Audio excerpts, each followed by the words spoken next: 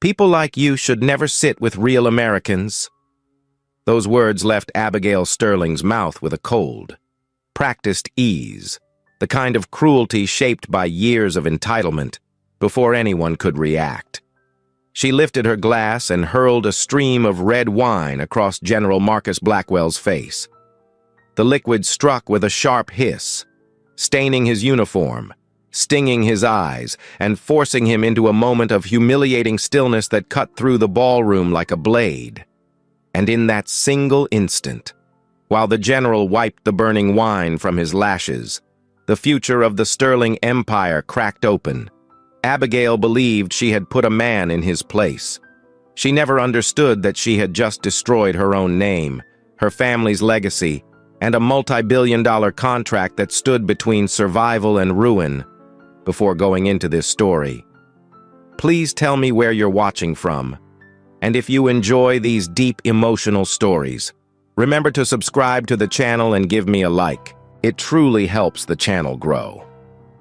Abigail Sterling arrived at the Defense Tech Summit convinced the night belonged to her, because nights like these always had.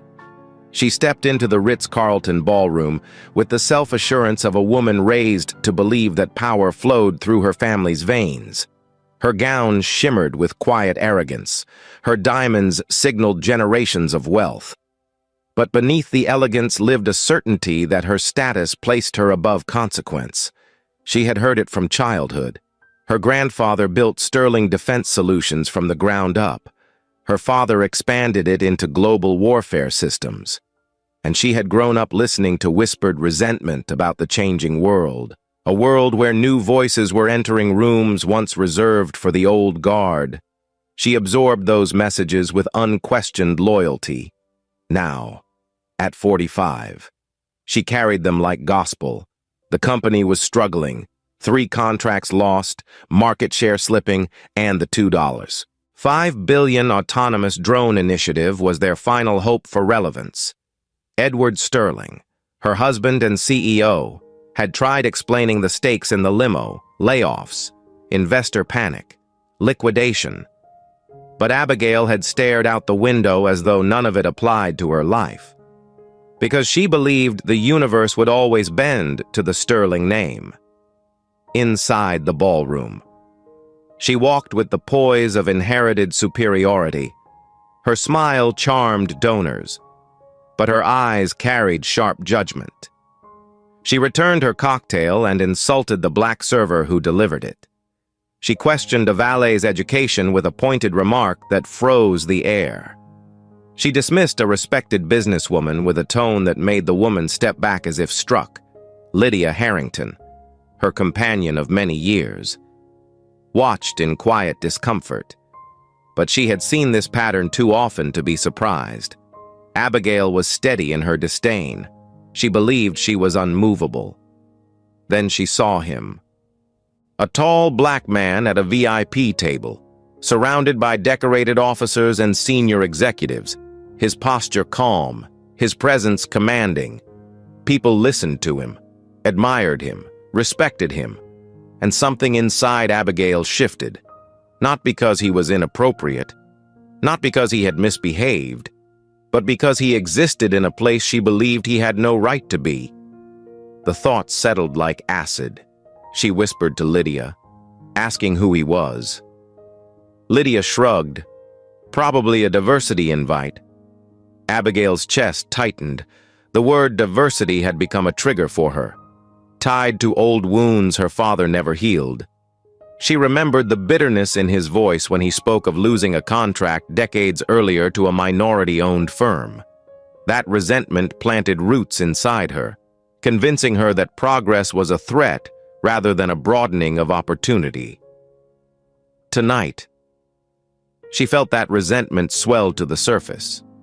She watched the man laugh softly with Colonel Vargas. She watched 2 tech CEOs lean closer to him. She watched the natural authority in his posture, and her anger hardened into resolve. She decided he would not take up space that belonged to her world. She rose abruptly from her chair, ignoring Edward's quiet plea to stay calm. She walked toward the VIP table as if storming a battlefield she believed she owned. Conversations faded as she approached. The officers straightened, the CEOs shifted. But Abigail saw only the man she intended to confront. She introduced herself loudly, announcing her family's service to America with an air of superiority so sharp it cut through the moment. She then declared that someone at this table did not belong. Her gaze locked on him, her voice steeled with decades of inherited prejudice. She asked who had placed him at a table meant for actual leadership. Her words carried a sting meant to wound, and they did. But they also carried a recklessness she did not fully grasp. The man responded with calm respect, explaining that his invitation was valid. She rejected it. She accused him of being a symbolic gesture, a tool of optics, a name added to appease critics, and with each sentence. Her voice grew louder. The ballroom turned toward her, phones lifted, eyes narrowed. Then he spoke, his tone quiet but unmistakably firm. He said he was evaluating contractors for the upcoming drone program. Abigail laughed at him, a laugh filled with contempt. She mocked his qualifications. She insulted his achievements. She diminished his rank. And then, driven by something bitter and unrestrained, she lifted the glass of wine. In one violent sweep, she threw it across his face. The red liquid hit with a cruel finality. Gasps broke across the room, chairs scraped, shock rippled through the air. Abigail felt a surge of triumphant energy, as though she had defended a principle she believed sacred. But she never saw the larger truth unfolding before her. The moment the wine touched the general's skin, the cameras captured not only her cruelty, but her downfall. She returned to her seat, believing she had restored order. She didn't know the man she had humiliated was the very person who held the survival of her family's company in his hands. She didn't know his silent smile carried a warning. She didn't know her life had changed in that single act. Before that night ended, the first video posted online. Within minutes, it spread. Within hours, it dominated every platform, and before sunrise, the world would know her name, not as a sterling, not as a figure of status, but as the woman whose prejudice destroyed everything she had ever taken for granted. Abigail Sterling moved through the ballroom with the same icy confidence she carried her entire life, believing she had put a man back in his place. Unaware that every camera in the room had recorded the moment she crossed a line she could never uncross. As she returned to her seat, the crowd parted in uneasy silence. At the VIP table behind her, the wine still glistened on General Marcus Blackwell's face, streaking down his jaw and darkening the collar of his immaculate suit. He dabbed the liquid with a slow, deliberate calm that unnerved everyone watching. His composure was not weakness, it was power. And in that quiet, Abigail sensed something shift in the atmosphere. Though she denied it to herself, she refused to believe one act of cruelty could carry any consequence for a sterling. Instead, she straightened her shoulders and signaled for another drink, her fingers trembling not with fear, but with the thrill of perceived victory. Edward approached in a state of panic, begging her to apologize before the situation ignited into something uncontrollable. She dismissed him with a single cold glance. The room had turned against her, but she clung to her arrogance like armor. She told herself that people were whispering because she dared to say what others were too afraid to admit. She believed the murmurs were validation, not condemnation, at the VIP table. However, a different conversation was unfolding. Colonel Elena Vargas leaned toward the general, her voice low and weighted. She asked if he wanted security to remove Abigail. He shook his head, answering with a calm finality that startled everyone around him. "There is no need," he said. "Her actions speak for themselves." The other officers observed him with a mixture of awe and unease.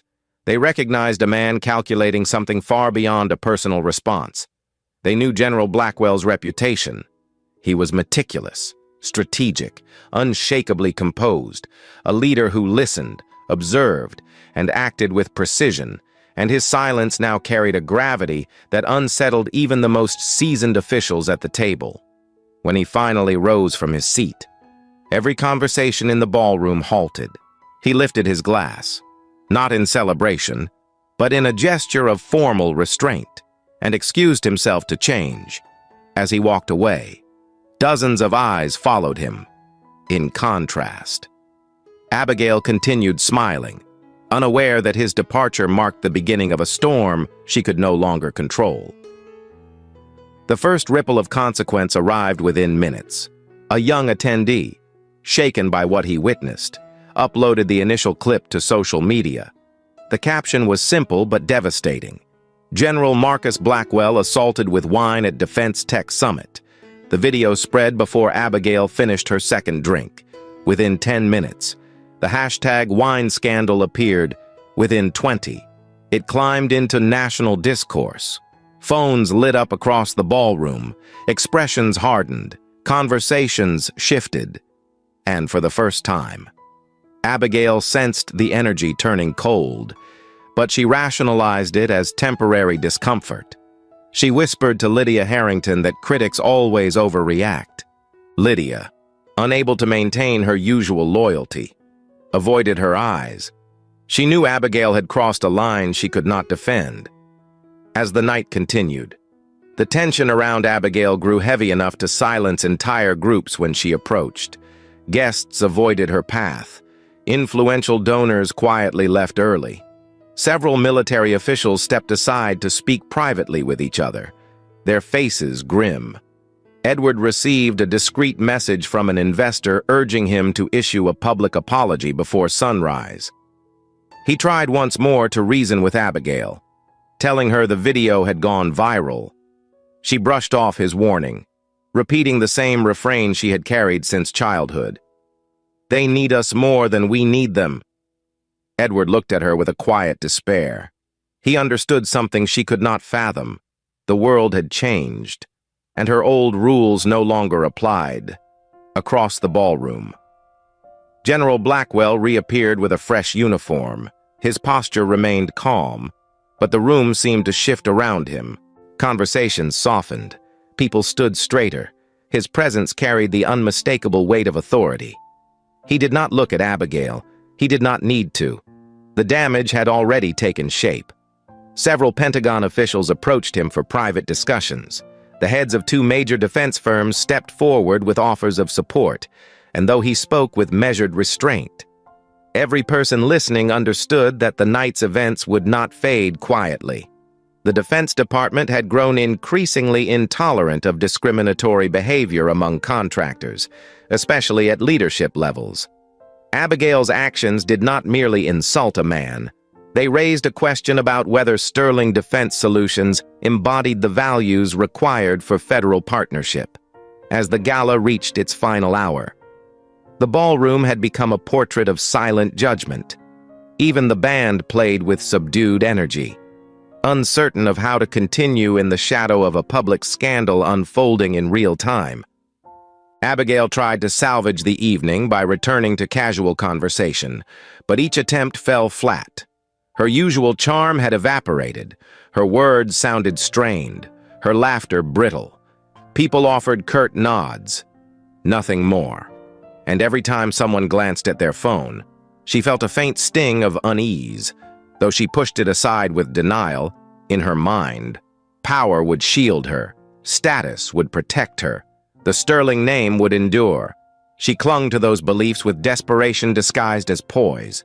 By the time the event concluded, it was clear that the social circle she depended on had quietly abandoned her. Lydia slipped out early without saying goodbye. Two former friends crossed the room to greet General Blackwell but refused to acknowledge Abigail at all. Even Beatrice Sterling, who had always defended her daughter's sharper edges, left the ballroom with a silent, tremulous expression. Edward walked beside Abigail without speaking. He could not bring himself to tell her that the Pentagon liaison had already requested an emergency meeting regarding their contract. He knew she would not understand the magnitude until it was far too late. Outside the Ritz-Carlton. The night air carried the faint hum of reporters gathering in anticipation. Word of the incident had already reached several major networks. Abigail, still clinging to her illusion of control, lifted her chin and insisted on walking out the front entrance. Edward urged her to use a private exit. She refused. And the moment the doors opened, cameras flashed like lightning, microphones extended, voices called her name, questions cut through the air. Did you assault General Blackwell? Do you believe minority officers don't belong in leadership? Are you prepared to lose the Pentagon contract? Abigail froze. For the first time that night, she felt the ground shift beneath her. She forced a brittle smile, offering a dismissive comment about respecting traditional values, but the reporters pressed harder. The tension grew unbearable. Edward rushed her into the car. As the door closed, Abigail finally opened social media. She saw the video, she saw the comments, she saw millions of eyes judging her, and for the briefest moment, a tremor of fear touched her heart. But instead of accepting what she saw, she hardened herself again, convinced the world was wrong and she was right. What she could not see was the truth already shaping her future. The scandal she believed she could outtalk or outshine had already left the ballroom. It was already circling the highest levels of the Pentagon and in the quiet office of General Marcus Blackwell. A decision was forming, a decision that would dismantle everything she had ever known. Her downfall had begun, and there was no turning back. Abigail Sterling woke to a storm she never expected, her phone vibrating with relentless intensity as #WineScandal climbed to the top of every platform in America. The video of her throwing wine into General Marcus Blackwell's face replayed millions of times before dawn, each replay carving deeper into the Sterling name than she could comprehend. She scrolled through comments written in sharp, unforgiving tones, calling her arrogant, hateful, and unfit for the influence she carried. Instead of silence, humility, or strategic restraint, she chose defiance. At 3 in the morning, she posted a message declaring she had simply defended true American values, a phrase she believed would rally support, but instead detonated every remaining barrier between her actions and the public's fury. News anchors opened their morning shows with her face. Editorials condemned her behavior. Veterans groups demanded accountability. Influential business leaders distanced themselves immediately. And while the world raged, Sterling Defense Solutions stock opened to a catastrophic drop of 25%.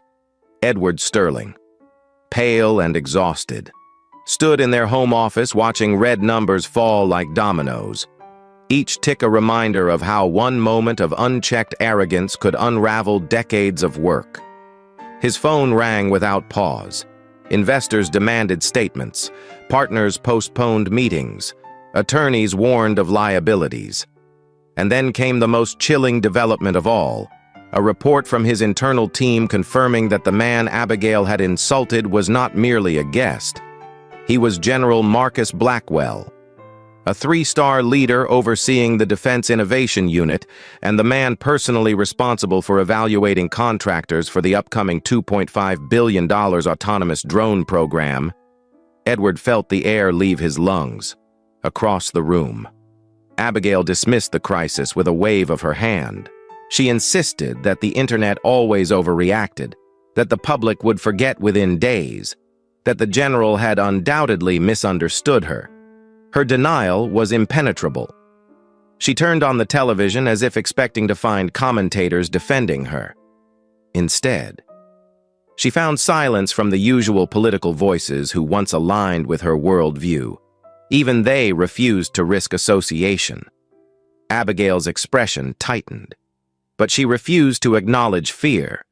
She clung to the belief that the Sterling name was untouchable. Edward, however, now understood the truth. Power had shifted. Influence had changed hands.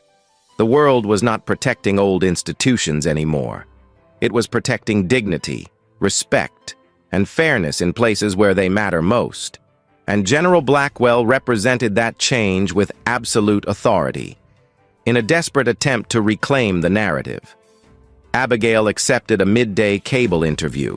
She sat before the camera, posture rigid, voice cold, and delivered a statement that deepened the wound.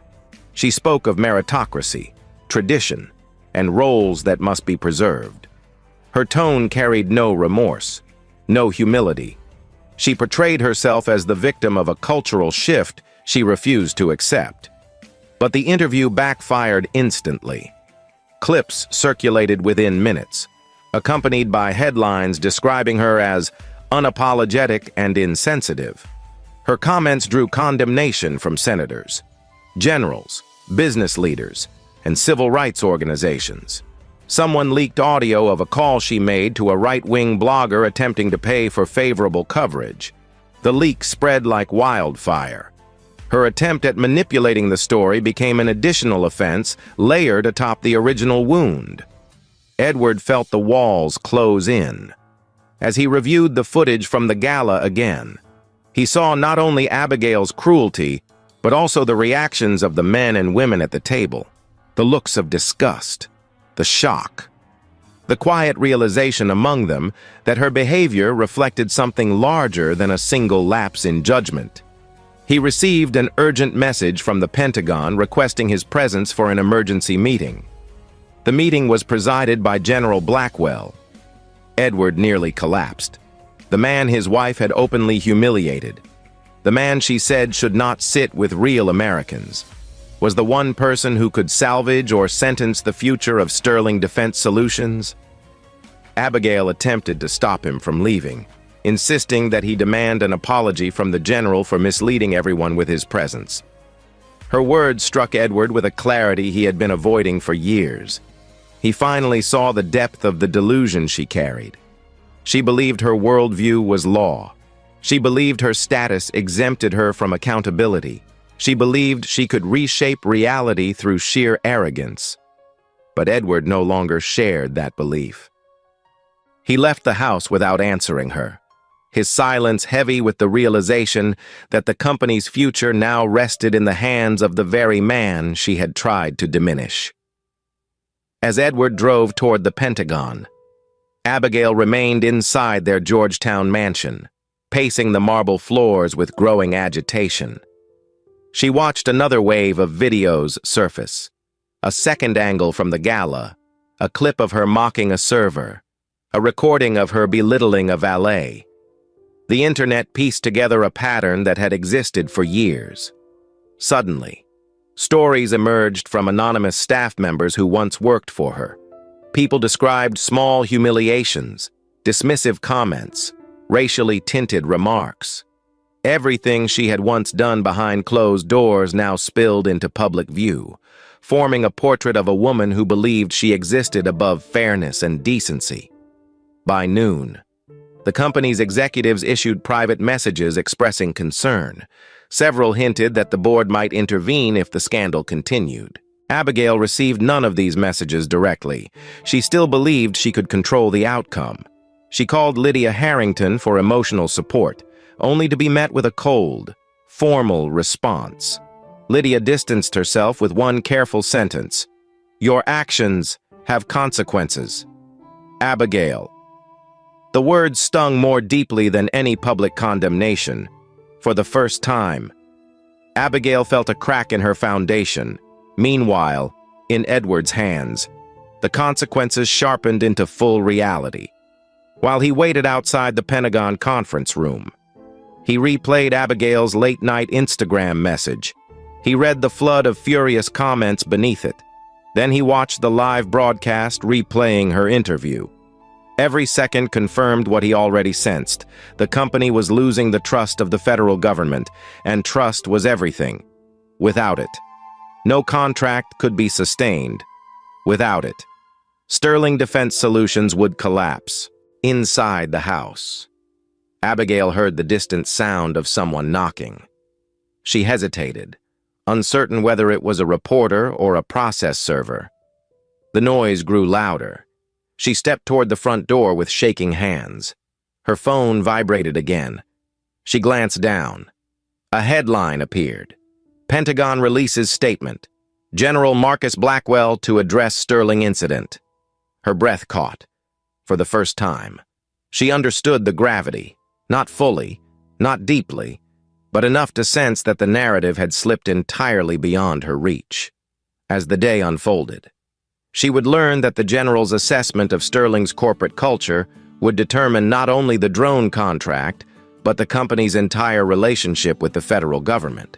She would learn that her actions had triggered a national discussion on respect in defense partnerships, and she would learn that the world she believed belonged to her family was shifting beneath her feet. The consequences were no longer distant or theoretical. They were already shaping decisions in rooms she was no longer welcome to enter. By the time the sun began to set, Abigail Sterling finally felt a flicker of fear, a fear she had never known, a fear she could not silence. And as the headlines continued to multiply, she realized the truth. Her words, her actions, and her pride had awakened forces she could not command. She had ignited a storm that now gathered its strength in the highest levels of power. Preparing to deliver a judgment she was powerless to stop. Edward Sterling walked into the Pentagon with a hollow tightness in his chest, every step echoing the reality that his wife's arrogance had carried him to the edge of a precipice he could no longer ignore. The high-security conference room was stark, cold, and unforgiving, its silence broken only when the heavy door closed behind him. At the far end of the table sat General Marcus Blackwell, uniform immaculate, posture composed, expression unreadable. His presence carried a weight Edward felt immediately, a reminder that this was not a man who reacted impulsively, nor a man who allowed personal offense to guide professional judgment. He represented the nation's highest standards. He oversaw billions in defense innovation. He held the future of Sterling Defense Solutions in his hands. Edward stood frozen for a moment, unable to speak. The general motioned for him to sit, his gesture calm but unmistakably firm. Edward obeyed, feeling the gravity of the moment settle around him like a stone. General Blackwell folded his hands, then began with a measured tone that pierced through the room with quiet authority. He said that Abigail had performed a very thorough cultural evaluation of Sterling Defense Solutions the night before. The sentence hung in the air with devastating clarity. The general did not need to raise his voice. He did not need anger. His composure alone carried more force than any outburst could have delivered. He reminded Edward that the Pentagon's partnerships extended far beyond hardware. They required trust, accountability, and a culture that upheld American values. He pressed a button on the remote, and the screens behind him illuminated with multiple angles from the Gala. The footage showed Abigail's raised glass, her words, the wine hitting his face, his stillness, the stunned room. Then came the interview she gave the next day, her proud declarations about merit and tradition spoken without fear or restraint. Edward watched in silent agony, each clip a blow he could not deflect, a truth he could not soften. The general paused before continuing, giving Edward a chance to absorb the undeniable fact that the company's reputation had been dismantled not by competitors, not by geopolitical forces, but by the unchecked behavior of someone who believed herself immune to consequence. Colonel Elena Vargas sat beside the general, a stack of documents before her. She revealed 3 past discrimination lawsuits involving Sterling Defense Solutions. All had been quietly settled. Each demonstrated patterns that aligned with what the world saw in Abigail's actions. Edward attempted to explain. He insisted Abigail did not represent the company. He said she had acted independently, fueled by personal bias rather than corporate values.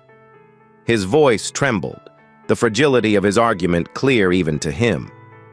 The general listened without interruption. Then, with a simple, devastating truth, he dismantled Edward's defense. Abigail was not an employee. She was the CEO's wife, a major shareholder, a public representative of the Sterling Empire.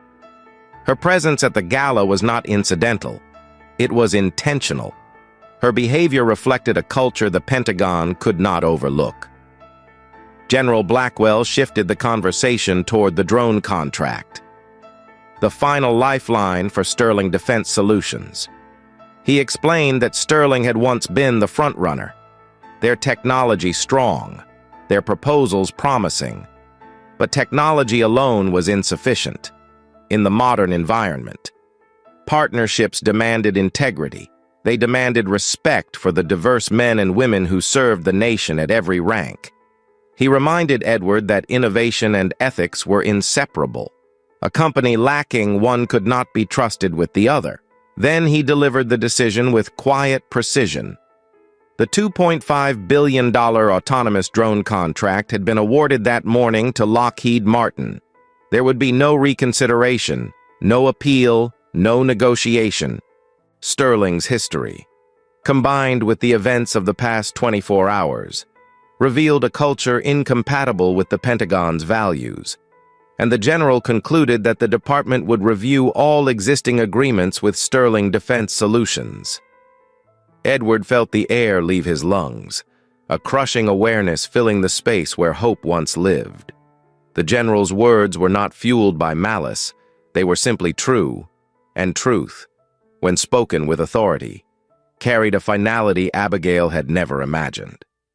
Colonel Vargas handed Edward a folder outlining the Pentagon's concerns in writing.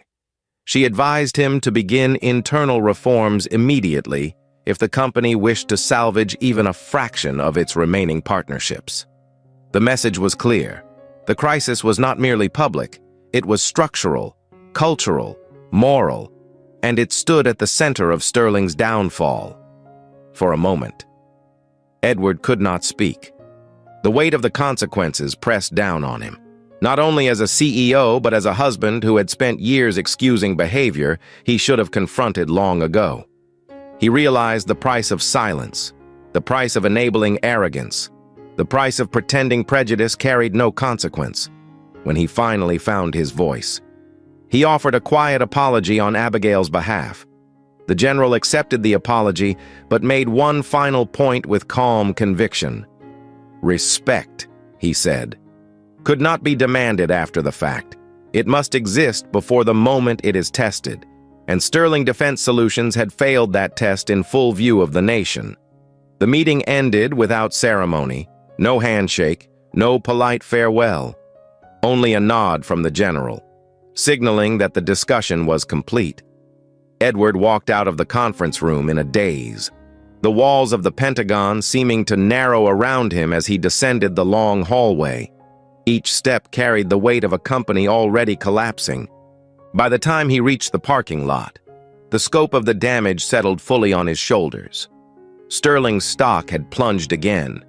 Investors were calling for emergency action, and Abigail's video interview continued to spread, her words serving as fuel for a fire that now engulfed everything connected to their name. Sitting alone in his car, Edward stared at the steering wheel, understanding with painful clarity that Sterling Defense Solutions might never recover.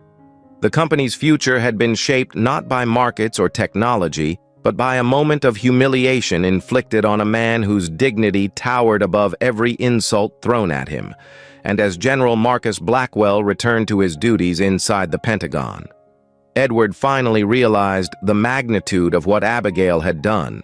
She had not merely cost them a contract, she had ignited a reckoning, one that would determine the fate of their family, their legacy, and their position within the industry they once believed they controlled. The storm had reached its peak, and the damage was irreversible. The emergency board meeting at Sterling Defense Solutions opened with a tension so sharp it felt like a held breath. Every executive seated in rigid silence as Harlan Sterling entered the room with the slow, deliberate steps of a man preparing to bury his own legacy. He took his place at the head of the long oak table without greeting anyone, his jaw locked, his hands steady, his expression carved from stone. Behind him, screens displayed the headlines that had erupted across every major network. Abigail's face, the wine pouring across General Blackwell's uniform, the unapologetic interviews, the plunging stock price, and now, the Pentagon's official notice stripping Sterling Defense Solutions of the drone contract. Beside those images was the number that crushed the breath out of the room. Total projected damage, $4.5 billion. Not losses, damages, contracts dissolved, partnerships canceled, investigations launched, reputational ruin. Harlan looked down the table at Edward, then at the empty seat where Abigail should have been. "This," he said in a voice that vibrated with restrained fury, "is the greatest failure in the history of this company." The board members shifted uneasily, their eyes flickering to the documents before them. Legal notices, leaked recordings, employee statements, and 3 quietly settled discrimination lawsuits that now resurfaced because the public connected them to Abigail's behavior. Harlan tapped one document with a slow, heavy motion, as if marking the grave of his family's reputation. "Everything we built," he said, "has been put at risk by arrogance, prejudice, and the belief that our name exempts us from basic decency." His words struck the board with the cold precision of a verdict. No one spoke. No one dared interrupt the reckoning that was now unfolding. Edward Sterling sat with hands clasped tightly, eyes lowered, his face bearing the devastation of a man who not only lost the contract, but also bore the shame of having covered for Abigail's behavior for years. Harlan turned to him with a look of disappointment deeper than anger. "You protected her," he said quietly. "You enabled her. And now you see the cost." Before Edward could respond, the doors opened. Abigail entered the room with trembling certainty, desperate to defend herself, yet still unable to grasp the magnitude of what she had unleashed. She started to speak, but Harlan raised one hand, silencing her instantly. His voice remained low, but its weight filled the room. "Sit." Abigail hesitated, then obeyed, lowering herself into the empty seat with visible fear for the first time in her life. Harlan activated the video display, replaying each painful angle of her humiliation of General Blackwell. The wine, the words, the smile of triumph she wore afterward. The board watched without expression, their silence a judgment more powerful than any outburst. When the footage ended, Harlan did not raise his voice, he did not lecture. He simply delivered the sentence that would sever her from everything she had ever relied on. "Effective immediately," he said. "You are removed from all positions related to this company. Your voting rights are suspended. Your trust fund is frozen pending legal review. You will no longer speak for, represent, or benefit from Sterling Defense Solutions." Abigail's breath caught. She stared at her father in disbelief, her voice shaking as she whispered that she was his daughter, his legacy, his blood. Harlan did not waver. "You lost that privilege the moment you disgraced this family," he said. "You have destroyed 3 generations of work." The words struck her like a physical blow. She tried to defend herself, claiming misinterpretation, unfair judgment, a media conspiracy, but her voice sounded small, fragile, utterly disconnected from the power she once believed she possessed. She looked at Edward as if expecting him to stand beside her. Instead, he rose slowly from his seat. His hands were trembling, but his voice was steady when he spoke. "I filed for divorce this morning." Abigail froze. The room blurred. Edward continued, each word deliberate and final. "I covered for you because I loved you. I excused behavior I should have confronted. I believed you would change. But I cannot rebuild this company while tied to the person who destroyed it." The boardroom fell silent once more. Abigail's face crumpled with a mixture of disbelief, fear, and the dawning realization that she no longer had anyone to protect her. She looked back to her father, but Harlan's expression did not soften. For decades, he had shielded her from consequences. Now the weight of her actions forced him to let the world judge her without interference. The company attorney entered the room and presented Abigail with documents detailing the charges filed by the employee she humiliated the previous year, a case that now resurfaced with renewed strength due to national outrage. Another document outlined the hate crime charges pending from the Gala incident. Abigail stared at the pages, her hand trembling as she traced the words she never imagined would belong to her life. The next months unfolded with a swift brutality she could not stop. Reporters followed her everywhere. Protesters gathered outside the Sterling mansion. Sponsors withdrew from charitable events linked to her name. Her social circle, once eager to bask in her influence, vanished within hours. Even Lydia Harrington issued a formal statement condemning Abigail's behavior. Abigail's mother, Beatrice, attempted to shield her at first, believing the world was being too harsh. But as the legal battles unfolded and the evidence grew undeniable, even she stepped back, her heart breaking as she accepted the truth her daughter refused to see. The court proceedings delivered a measured but firm outcome. Abigail was sentenced to probation and 500 hours of community service at a veterans support center. The judge's closing remarks echoed through her mind long after she left the courtroom. "You are not being punished for a single moment," he said. "You are being held accountable for the pattern behind it." She lost the Georgetown mansion, as the board required liquidation to stabilize the company. Her accounts dwindled as legal fees mounted. She moved into a small apartment in Baltimore, far from the world of luxury she once inhabited without thought. For the first time in her life, Abigail faced a world where doors did not open for her name, where people met her not with deference but with wary distance, where she carried the consequences of her own actions without the protection of family, wealth, or reputation. Yet beneath the shock and sorrow, something unfamiliar began to stir. A space where denial could no longer survive, where silence forced reflection, where pain began carving the first fragile outline of humility. Her life had collapsed in full view of the nation. But the collapse itself was not the end. It was the beginning of a reckoning she had never imagined and a transformation she had never believed herself capable of facing. Abigail Sterling arrived at the Veterans Support Center for her first day of community service with the hesitant steps of someone entering unfamiliar territory, carrying nothing but a court order, a bruised pride, and the remnants of a life that had collapsed faster than she could comprehend. The building was modest, filled with the quiet hum of daily struggle rather than the polished comfort she once demanded. She expected resentment. She expected scorn. She expected to be treated as the woman who poured wine on a decorated general and sparked a national scandal. Instead, she was met with calm instructions, a clipboard, and a simple expectation: do the work.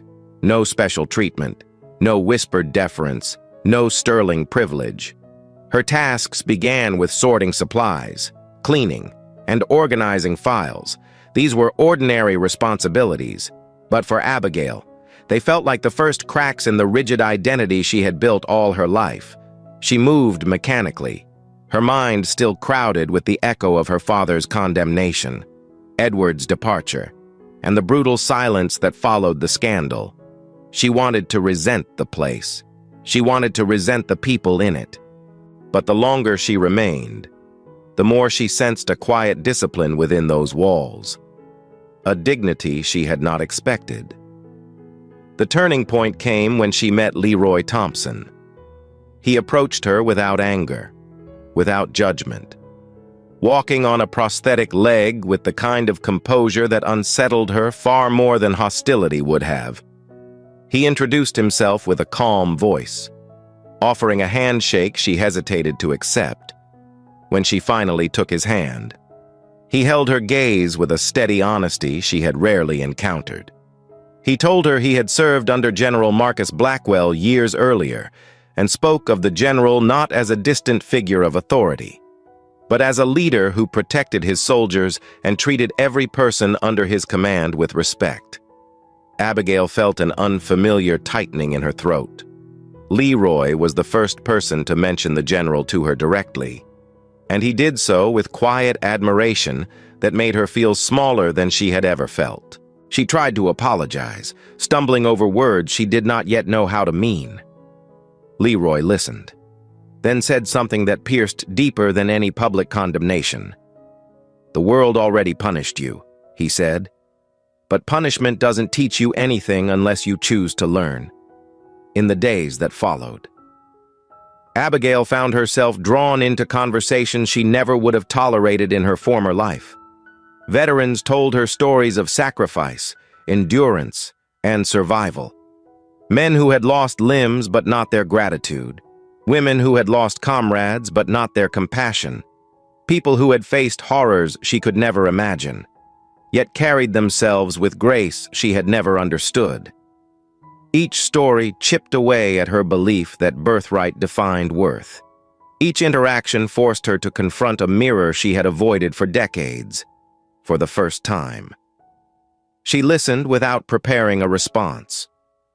She listened because she realized she had nothing to contribute until she understood the depth of what she had ignored and dismissed for so long. Meanwhile, a much larger transformation was unfolding far beyond the community center's walls. General Blackwell, deeply aware of the systemic issues exposed by the scandal, moved forward with a sweeping initiative to overhaul cultural standards for defense contractors. His policy required every company bidding for major contracts to undergo rigorous cultural evaluations, leadership training, and internal assessments of equity and respect.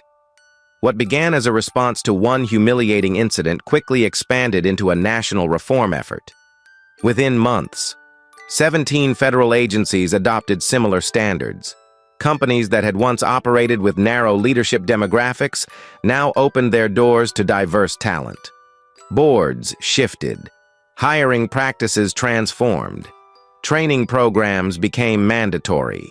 The defense industry, long criticized for insular culture, began to change from within. Sterling Defense Solutions faced a daunting journey. The company was bruised, financially unstable, and under the scrutiny of federal investigators, but under Edwards' steady leadership, and with guidance from Dr. Sophia Reyes, a respected diversity consultant, the firm began to rebuild its foundation. Dr. Reyes insisted on transparency, accountability, and the dismantling of internal hierarchies that had silently allowed prejudice to thrive. Employees who once felt invisible found their voices. Newly established committees ensured oversight. Training became a core pillar of operations rather than a symbolic gesture. And slowly, the company began to recover. Not through public relations campaigns, not through empty promises, but through genuine, structural change. Investors who once fled returned cautiously, impressed by both internal progress and the endorsement of General Blackwell, who publicly acknowledged the company's commitment to reformation, while the industry shifted and Sterling began its painstaking climb back toward stability. Abigail's personal transformation took place in quieter, more intimate steps. She learned how to mop floors without complaint. She learned how to prepare care packages with hands that once demanded diamond bracelets and designer gowns. She learned how to speak without superiority, to ask questions without assuming answers, to apologize without expecting forgiveness. Leroy became her guide, not through lectures but through example. He showed her what resilience looked like. He showed her how dignity could exist without wealth, and how respect was earned, not inherited, through months of service. Abigail discovered something she had never known. Humility did not weaken a person, it steadied them. It clarified their view of the world. It allowed them to grow. But the greatest shift came when she stopped seeing her community service as punishment and began seeing it as responsibility. She stayed longer than required. She volunteered beyond her hours. She listened more deeply. She offered help not as charity, but as recognition of shared humanity. And as she did, a new version of herself began to form, still imperfect, still learning, but undeniably different from the woman who once believed power justified cruelty. By the time Abigail completed her mandatory hours, the staff expected her to leave instead. She returned the next morning. She told Leroy she wanted to stay, not to repair her image, but because something inside her had changed in ways she could not fully explain. He nodded with quiet approval, understanding that the transformation she sought was not for the world's benefit, but for her own. The scandal that destroyed her wealth, her marriage, and her social standing had unexpectedly given her something she had never possessed, the chance to rebuild herself from the ground up. And as reforms spread across federal agencies and Sterling Defense Solutions rose from the brink of collapse with a renewed mission and a more diverse leadership, Abigail discovered that change, both personal and societal, did not emerge from comfort. It emerged from reckoning, humility, and the willingness to confront one's own failures without looking away. Her journey was far from finished, but for the first time in her life, she was moving in the right direction, not toward power, but toward purpose. 2 years later, Abigail Sterling walked through the quiet halls of the Veterans Support Center not as a woman completing a sentence, but as someone who had made the place a central part of her life, arriving each morning with a steady purpose that would have been unthinkable in the world she once ruled. Her days began with preparing breakfast trays, organizing therapy rooms, and greeting veterans by name. She no longer carried the brittle pride that once defined her. Her posture had softened, her voice had changed, and instead of entering rooms expecting recognition, she entered them ready to serve. A few framed photographs hung along one wall, smiling volunteers, community events, and group workshops. Among them was a picture of Abigail leading a discussion on prejudice and accountability. She never imagined her story would become a teaching tool, but she had learned to share it with clarity, honesty, and a humility earned through painful transformation. Leroy Thompson often introduced her sessions with a simple statement that resonated across the room. She faced herself, and she chose to change. That sentence carried a weight deeper than any public apology she had ever tried to give. It acknowledged the truth she had fought so long to avoid, that redemption required more than regret. It required a willingness to step into the hardest parts of oneself and stay there until real growth began. Her relationship with her mother, Beatrice, had also undergone a quiet rebirth. Beatrice, who once defended Abigail's every misstep, arrived one afternoon with a softness Abigail had not seen since childhood. She watched her daughter lead a workshop with thoughtful precision. When it ended, she approached with tears held firmly in place. "I am proud of the woman you are becoming," she said, and the words broke something open inside Abigail, an emotional release she had resisted for too long. They walked through the center together, Beatrice listening to veterans greet Abigail with gratitude rather than fear. It was the first time in Abigail's life that respect came not from power or legacy, but from service. And it changed the way her mother looked at her. It changed the way Abigail looked at herself. Meanwhile, far beyond the quiet halls of the center, General Marcus Blackwell continued shaping the federal reforms that had begun in the wake of the scandal. His leadership pushed cultural evaluations into the national defense framework, turning a single humiliating moment into a catalyst for widespread accountability. Agencies across the government now required leadership assessments, diversity audits, and long-term cultural standards from all contractors. Careers rose and fell not on networking or old alliances, but on merit, integrity, and respect. The defense industry evolved, slowly but undeniably. Companies once dominated by insulated leadership began to open doors to new voices, new perspectives, new talent. For the first time, minority representation in defense leadership surged to unprecedented levels, reaching nearly half of all senior roles. The shift changed not only the face of the industry, but the substance of its decision-making. And at the center of that transformation stood General Blackwell, promoted once more, his influence extending across federal agencies and international defense partnerships. Sterling Defense Solutions, under Edwards' steady guidance, adapted to this new era. The company that once relied on legacy and entitlement embraced transparency, ethical leadership, and genuine inclusion. Dr. Sophia Reyes played a critical role in its evolution, establishing internal structures that no longer allowed harmful behavior to hide behind closed doors. Employees who once felt unseen began contributing ideas that reshaped product development. New departments emerged. Innovation strengthened. Slowly, the reputation that had collapsed under Abigail's actions rebuilt itself under Edwards' commitment to fairness and accountability. Several years after losing the drone contract, Sterling Defense Solutions secured new government partnerships, not because of influence, but because of integrity.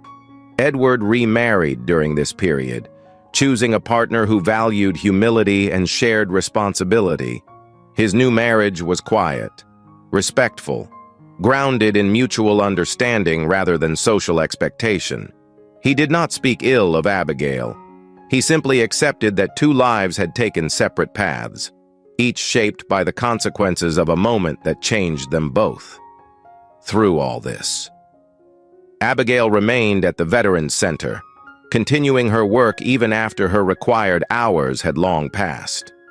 She learned how to guide discussions on healing, how to mediate conflicts, how to support those facing invisible wounds. She discovered joy in small victories, a veteran completing therapy, a family receiving the help they needed, a volunteer returning after months of hesitation. Her life, once defined by extravagant galas and exclusive gatherings, now found meaning in quiet service. And though she lost the wealth, position, and status she once believed were her identity, she gained something far greater, a sense of purpose not bound to material power, but to human connection. The transformation was not perfect. She carried regret. She carried the knowledge that her actions harmed others. She carried the memory of the wine she threw, the humiliation she inflicted, and the arrogance she once believed was strength. But instead of hiding from these memories, she used them to teach, to warn, and to help others confront prejudice before it hardened into action. Her story became a living reminder that hatred, left unchecked, could destroy not only individuals but entire legacies. On a warm afternoon 2 years after the scandal, Abigail walked out of the community center as volunteers set up chairs for an outreach event. She paused, watching a group of young soldiers laughing together, some injured, all carrying stories of courage. She felt a quiet gratitude settle over her, not for the past she had lost, but for the future she had built from its ashes.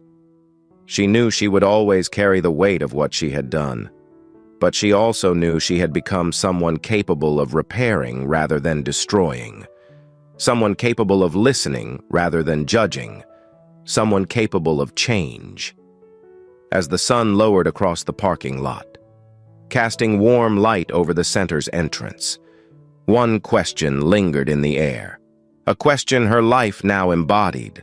When prejudice meets real consequence, can justice rise from the remains of hatred? Abigail had become proof that it could, and sometimes, the people who inflict the deepest wounds become the ones who help heal them. Not because redemption is guaranteed, but because facing oneself is the hardest and most transformative choice a person can make. Thank you for watching this story. If it moved you, please subscribe to the channel, give the video a like, and share it with someone who needs to hear it. Your support truly means a lot.